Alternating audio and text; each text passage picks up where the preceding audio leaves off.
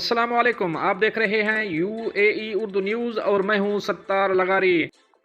متحدہ عرب امارات کی ریاست دبئی میں پولیس حکام کی کھلی کچہری، پاکستانی محنت کشوں کی اردو میں رہنمائی کی گئی۔ اب اس خبر کی تفصیل آپ سے شیئر کریں گے۔